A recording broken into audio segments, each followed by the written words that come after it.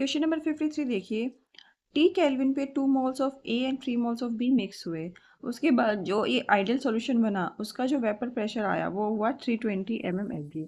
अब इस स्टेज पे जब इस वेपर प्रेशर पे पहुंच गए, अब इसके बाद 1 मोल ऑफ ए और 1 मोल ऑफ बी दोबारा ऐड किए गए सॉल्यूशन में, और अब वेपर प्रेशर जो मेजर हुआ वो इतना मेजर हुआ। आपको बताना है कि ए एंड बी के वेपर प्रेशर कितने होंगे अलग अलग। तो देखिए, 2 मोल्स ऑफ, शुरुआत में 2 मोल्स ऑफ ए और 3 मोल्स ऑफ बी उन्होंने हमने ऐड किया। तो मोल फ्रैक्शन ऑफ ए कितना हुआ, moles of A divide by total number of जितने भी सब्स्टिट्यूएंट्स हैं। तो ए एंड बी है तो टोटल नंबर ऑफ मोल्स कितने, 2 + 3 यानी कि 5।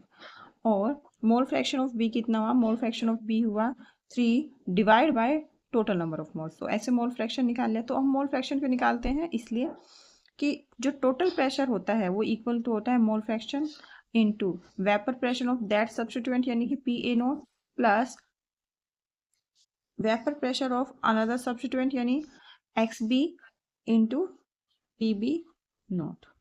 मोल fraction of another substituent into vapour pressure of that substituent. तो हमने अब हम इसमें क्या करेंगे, हम इसमें वैल्यूज पुट कर देंगे जो हमारे क्वेश्चन में गिवन है। तो शुरुआत में वो एक्स ए तो आपका क्या हो गया 2/5, पी ए नोट मुझे पता नहीं है, प्लस एक्स भी हुआ 3/5 पी बी नोट। और टोटल प्रेशर कितना है, टोटल प्रेशर शुरुआत में कितना है 320 mm, 320 mm। ये 5 यहाँ से कॉमन लेके इसमें मल्टीप्लाई कर देंगे तो ये रहेगा 1600। तो ये रहेगा 2 P E nought plus 3 P B nought is equal to 5 into 320 हो जाएगा 1600। ये मेरी हो गई इक्वेशन 1।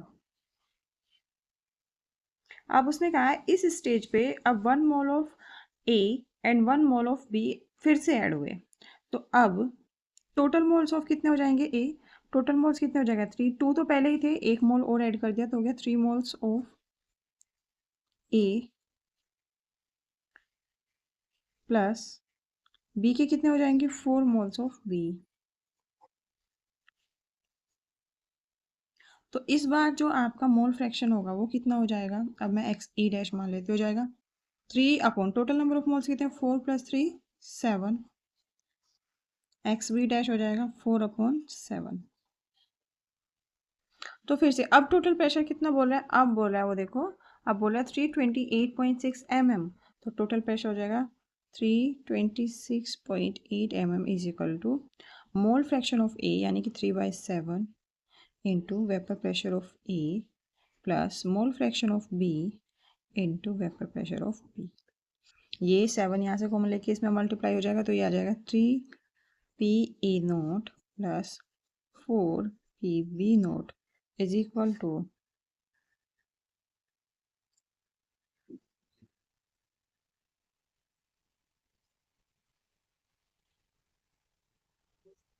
7 इंटू दिस हो जाएगा, जब आप इस पर मल्टीप्लाई करोगे हो जाएगा 4600.4। तो ये मेरी हो गई इक्वेशन नंबर, ये हो जाएगा 2300.2। ये मेरी हो गई इक्वेशन नंबर 2। अब इक्वेशन 1 एंड इक्वेशन 2 को सोल्व कर लेंगे। तो इन्हें सोल्व करने के लिए कोई भी एक को आप सेम करोगे, या तो पी ए का जो आपका स्टोइकियोमेट्रिक कोफिशिएंट है इसको सेम करोगे, या पी बी का। तो मैं पी ए का ही कर लेती हूँ, इसमें 3 से मल्टीप्लाई करके और इसमें 2 से मल्टीप्लाई करके। ठीक है, तो 3 से मल्टीप्लाई करके 3 2 6, यहाँ पे 2 से मल्टीप्लाई करके 2 3 6 और इसमें मल्टीप्लाई करके हम क्या करेंगे 1 में से 3 सब्ट्रैक्ट कर देंगे। जब इसको सब्ट्रैक्ट करेंगे कैंसिल हो जाएगा। ठीक है, ये यहाँ पे माइनस हो जाएगा, plus minus minus 9 P B nought minus 8 P B nought कितना बचेगा पी बी नोट।